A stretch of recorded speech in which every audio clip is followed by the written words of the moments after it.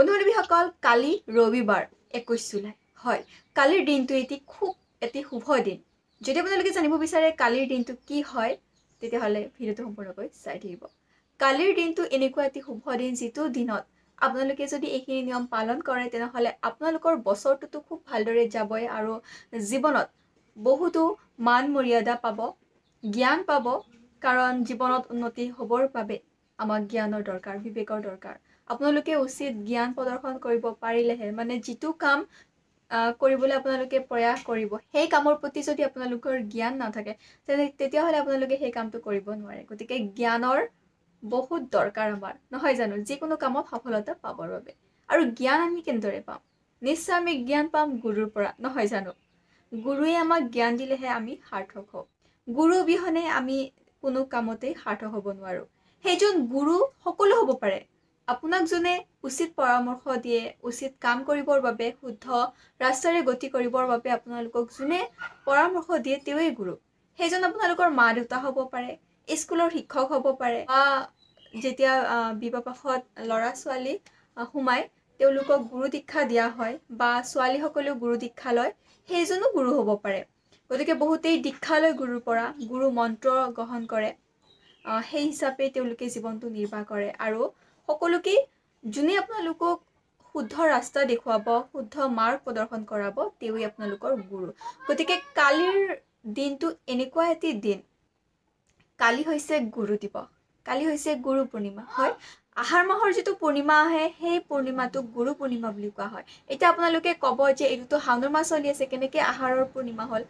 সেইটো হয়, শাওণৰ মাহ সোমাইছে, কিন্তু পক্ষ হিচাপত, তিথি হিচাপত এইটো আহাৰৰ পক্ষ চলি আছে আৰু আহাৰৰ পূৰ্ণিমা হয়। গতিকে আহাৰৰ পূৰ্ণিমাটো গুৰু পূৰ্ণিমা বুলি কোৱা হয়। এই পূৰ্ণিমাতেই মহাভাৰতৰ ৰচয়িতা ব্যাসদেৱৰো জন্ম হৈছিল। তেওঁৰো জন্মতিথি হিচাপে এই দিৱসটোক ব্যাস দিৱস হিচাপেও পালন কৰা হয়।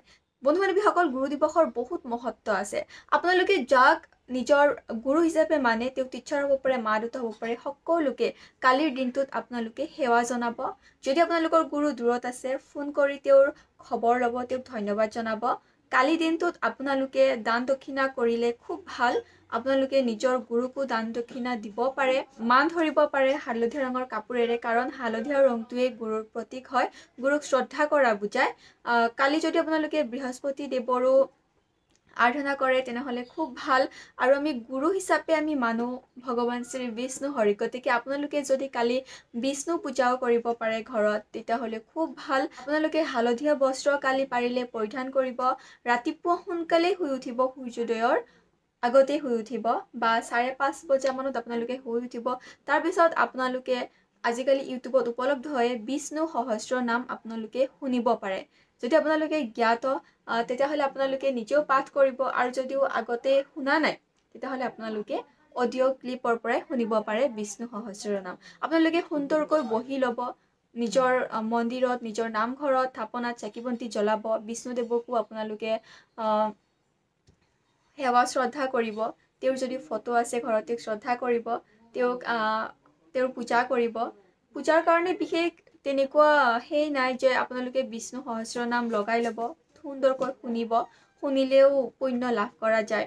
আপোনালোকে শুনিব, তাৰপিছত আপোনালোকে বিষ্ণুদেৱক হালধিৰে ফুট দিব পাৰে।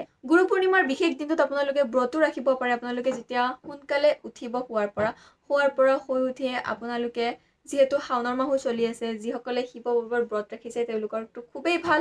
গতিকে বিষ্ণুদেৱৰ নাম স্মৰণ কৰিও আপোনালোকে অহাকালি ব্ৰত ৰাখিব পাৰে। তেতিয়াহ'লে আপোনালোকৰ গুৰু মজবুত হ'ব, কাৰণ গুৰুৱে দিয়া জ্ঞানৰ অবিহনে আপোনালোকে জীৱনত কেতিয়াও সাৰ্থক হ'ব নোৱাৰে। গতিকে যদি আপোনালোকে গুৰুক শুশ্ৰূষা কৰিব পাৰে, গুৰুক সন্তুষ্ট কৰিব পাৰে, তেতিয়াহ'লে আপোনালোকৰ জীৱন বাটত বাধা নাথাকিব। গতিকে আপোনালোকে কালি গুৰুক স্মৰণ কৰিব। নিজৰ মা দেউতাক আপোনালোকে ভৰি চুই সেৱা কৰিব, নিজৰ গুৰুক সেৱা কৰিব, গুৰুক সেৱা শুশ্ৰূষা কৰিব। দূৰত থাকিলেও তেওঁলোকক ফোন কৰি আপোনালোকে খবৰ সুধিব, ধন্যবাদ জনাব, তেওঁ আপোনালোকক জ্ঞান দিছে। নিজৰ মা দেউতাকো ভৰি চুই সেৱা কৰিবলৈ নাপাহৰিব। সকলোৱে নিজৰ গুৰুক সন্মান কৰিব, দান পুণ্য কৰিব, দান দিব। যদি আপোনালোকৰ ওচৰে পাজৰে অভাৱনীয় লোক আছে, তেওঁলোকক আপোনালোকে হালধীয়া বস্তুৰ দান দিব পাৰে। মগু দাইল, কল, হালধীয়া বস্ত্ৰ, বা উহা চাউলটোকো হালধীয়া চাউল বুলি ধৰা হয়, আপোনালোকে দান দিব পাৰে। তেনেদৰে আপোনালোকে হালধীয়া বস্তু মুঠতে দান দিব পাৰে, হালধি দান দিব পাৰে। চ' আজিৰ ভিডিঅ'টোৰ পৰা লৈছোঁ বিদায়। আপোনালোকে গুৰু পূৰ্ণিমাৰ এই বিশেষ দিনটোত এইখিনি কাম নিশ্চয় কৰিব বুলি মোৰ আশা থাকিল।